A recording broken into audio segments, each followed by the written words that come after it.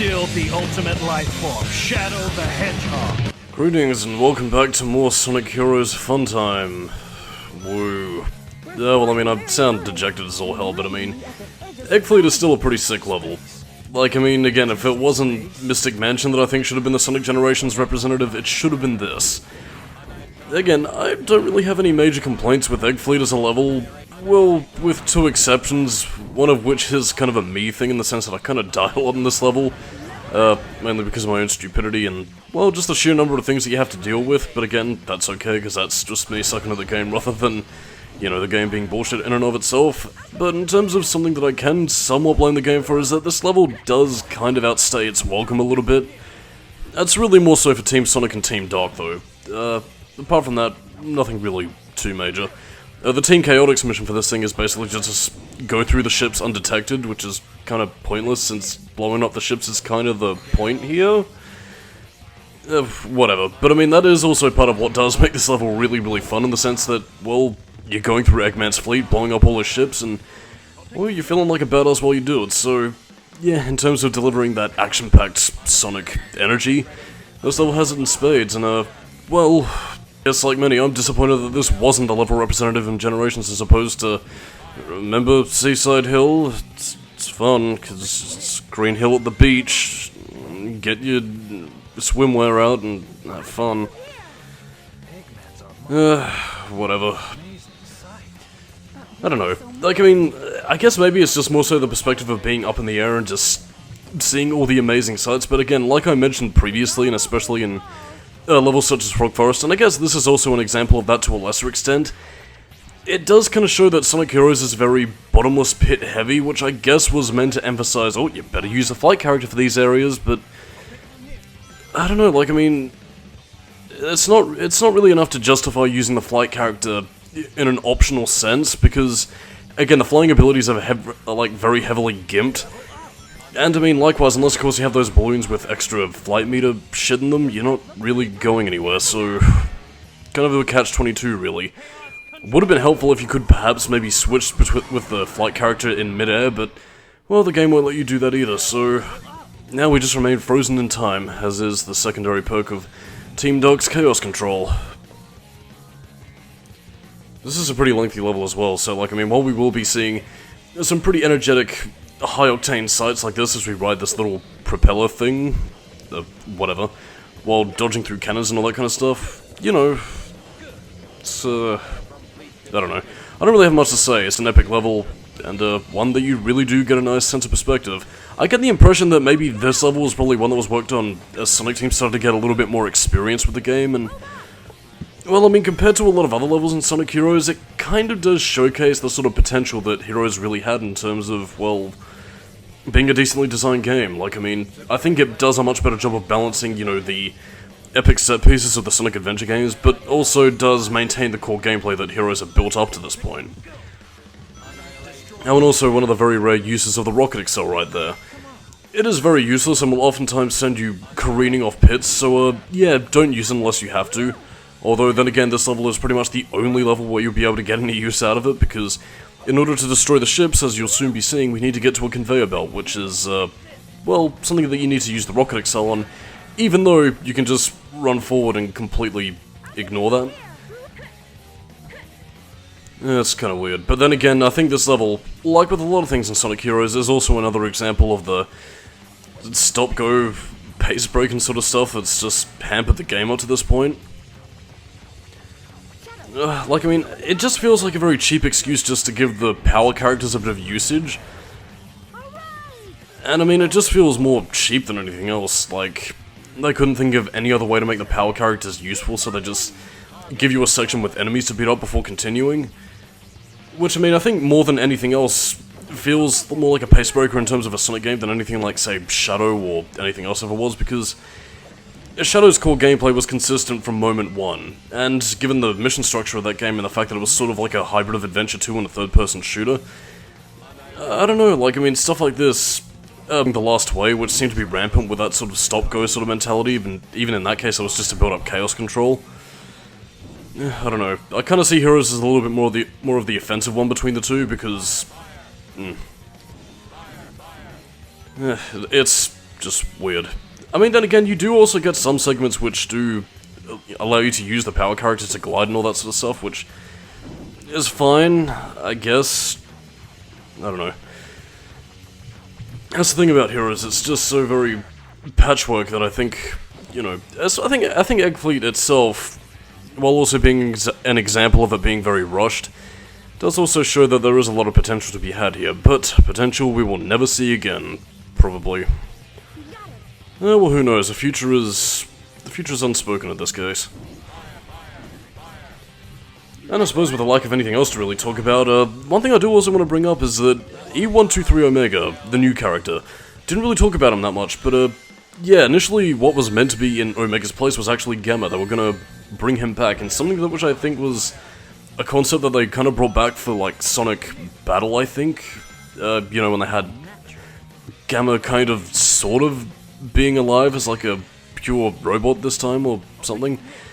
Anyway, it was meant to be Gamma and Chaos, I believe, but Gamma was definitely meant to make a return, but I guess because they wanted his death to have an impact, they kind of left him be, or possibly just saved him for Sonic Battle. Not really too sure on which either. But anyway, the point is, we got E123 Omega, who's basically HK47, but Sonicified. And I gotta say though, like, I mean, Omega's character in the series is very criminally underutilized. Like, I mean, I'm legitimately shocked that the series doesn't use him more often, like, I mean, besides spin-offs and shit. I don't know, he's a character that I would really like to see, like, interact with the main series a little bit more, though then again, I suppose Omega's character is probably a little bit too violent to really work in the main Sonic series, and I guess possibly, in and of himself, Omega's very much destroy all humans sort of mindset. Probably doesn't lend itself very well to, I guess maybe the English translation, since Pontac and Graph are very, like, comedy-focused, and likewise Sonic Team, you know, usually in the original dubs of, you know, their own Sonic games are usually just very direct, and, well, patchwork in and of themselves, considering how the stories of Colors and Lost World ended up being very cut and dry. I don't know, I guess maybe Omega was made for a different time. Well, it was really, because this was made during the extreme, dude, age of Sonic. Then again, I suppose underutilization could probably be said for a lot of things about this series, so what do you figure? Anyway, a little bit, also it's a little thing to point out structurally, is that while I am showing off Egg Fleet in this part, next part, well, considering it's the final part, I'm going to be holding a little level hostage for the time being. Yeah, we're just going to be capping off Team Dark this time. We'll be saving Team Chaotix for next time, and, well, then we'll pretty much wrap up everything that we need to wrap up on Sonic Heroes. And for those of you wondering about the Chaos Emerald situation, since at this point you're kind of required to get all 7 Chaos Emeralds to unlock the final story, I'm going to say, fuck that. I'm not doing that until I fucking need to. And that won't be for, I don't know, whenever I decide to review the game at some point. But I mean, I will say, you'll be hearing a very, very, very, very, very, very, very loading intensive, very, very, very... Would this editor just fucking hurry up and play again? There we go. Yeah, anyway, the point is, you're going to be hearing a very lengthy rant from me about that, I'll say that much. Because getting the Chaos Emeralds, the method of getting the Chaos Emeralds to even enter the special stages, it is aggravating beyond belief. I am Omega, the ultimate E-Series robot. Okay, no more games! Intercept mode complete. The end of the line, Doctor. Enough of this! Shut up! Root! Omega! Time to meet your maker! I'll show you what real evil is! And holy fucking bejesus, will he truly show you what real evil is. Yeah, though the form might be a bit different, this is basically the Egghawk Mark III. And, yeah, basically what he's gonna do is gonna launch a shitload of attacks at you. These ones are actually very fucking persistent, which, well, let's just say doesn't exactly reflect well on the boss fight, because all Eggman's doing is basically just giving you a bunch of, well, hellish, very closely timed attacks, and if you take a little bit too long to reach him, he'll have a certain special attack where he will... Well, you might just see it during this part, but I mean, so long as you keep close to it, the Egg Emperor, you should be okay, because if not, well, he has this unavoidable charge attack where he'll just go charge, completely lance you, And there is nothing you can do to defend against that, which I think is honestly bullshit. Like, I mean, the boss fight, like, Eggman's already continuing to go at a very steady pace, but I mean, the fact that you can kind of get a little bit of knockback from his attacks and a bunch of other different shit in the way, well, it's frustrating and can either make this boss fight something that you can consider Devil May Cry tier challenging, or something that's just, well, crap. And in my opinion, I think this is more on the bullshit side of heart, since it's basically just, well, shitloads of attacks, use the power character slash abuse Thundershoot and hope to kill him. I don't know, like, I mean, again, spoiler alert, this obviously isn't the final boss fight of the game, but I mean, it does make the Egg Emperor aggravating to fight on each and every, like, character's story. I don't know. A cheap way of lengthening game time is all I'm really gonna say about all this. But alas, Eggman, in quotation marks, is dead. Yippee-yo, yippee-yo, yippee-yo, kaye. Well, thankfully this part is mercifully short, so I'll let you watch the final cutscene of Team Dark, and, well, I'll see you in a bit, kids. Eggman target completely destroyed. Now let's find that secret treasure.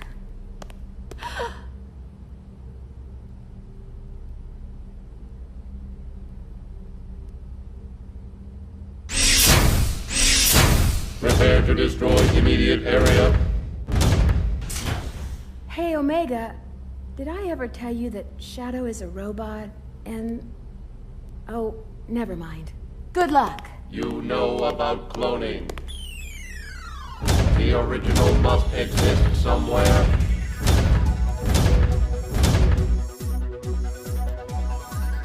All this for what? Nothing? I might as well go look for that Master Emerald, since that irritating echidna is here. Some things never change. What are you saying? What else is a famous president supposed to do? And so, that was the wonderful story of what's basically just a prologue to Shadow the Hedgehog. Shadow might be an android. And this game's story for Team Dark basically just sort of putzes around where we don't really get any sort of answers to that. Again, I know this was meant to be set up towards Shadow's game, but to me this just feels... I mean, for 2003 standards, it's an interesting hook, because you do legitimately want to find out how the hell Shadow came back, and exactly what sort of mysteries are going to be uncovered in future games.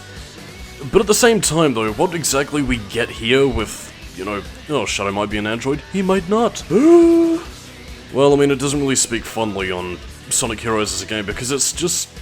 it kind of feels like wasting time, to be honest.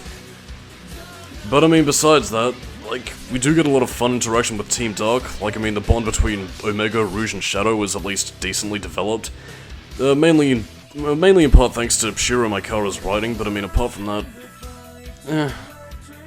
I will still say though, like, I mean, in terms of having a decent hook for a mystery, it is probably one of the better handled things in the game, you know, compared to the whole Metal Sonic is the true villain all along kind of thing. But I'll probably touch on that in the upcoming parts. Anyway, for more positive remarks, This Machine by Julian K. End credit song for Team Dark, and honestly one of my personal favourite songs. I like it. I mean, then again, it is very industrial metal and, you know, really cool, but I mean, I don't know. I enjoy listening to it, and, well, I highly recommend you give it a listen once this part is finished. I mean, I'm not really sure where my feelings lie with Sonic Heroes at this stage, though, because, like, I mean, the attempt for this game was to basically have it be an open game where anybody who, regardless of whether or not they played the series before, can jump in and, you know, find a place to get hooked or interested. And I guess Team Dark's story could relatively do that with Shadow's mystery. I mean, for longtime fans, they can come in wondering what the hell happened to Shadow and why he's back, but I mean, for newcomers, I guess it depends on how much you like the character. I mean, he's decently written here, at least in terms of the, like, in-game dialogue. But I mean, I don't know. It's kind of an issue of having, like, too much continuity baggage, but, like, not really giving the player enough answers to really satisfy those who are, you know, returning and know everything about the series at this stage. I don't know. I guess I'll probably have a little bit more clearer thoughts if I ever get around to reviewing Sonic Heroes, but I mean... I'm very conflicted. I mean, part of me does want to like Team Dark's story because I do find it like a legitimately interesting prologue to what Shadow's game would eventually be. But I mean, likewise, it's just not enough. And that can honestly be kinda said for a lot of stories about Sonic Heroes. Well, I guess with the sole exception of Team Chaotix though, but I mean that's just more so for the general fun-filled vibe of those sorts of characters. I don't know. It's just that we all danced in fire, looking through the screen, don't know how long we waited, as the Eggman watches. I don't know. So I guess on that note, I am Solidus-Skully, keep it new metal, and next time on Sonic Heroes we're gonna be finishing this, and I can finally move on to something better with my life. Catch you dudes and dudettes next time. Bye-bye.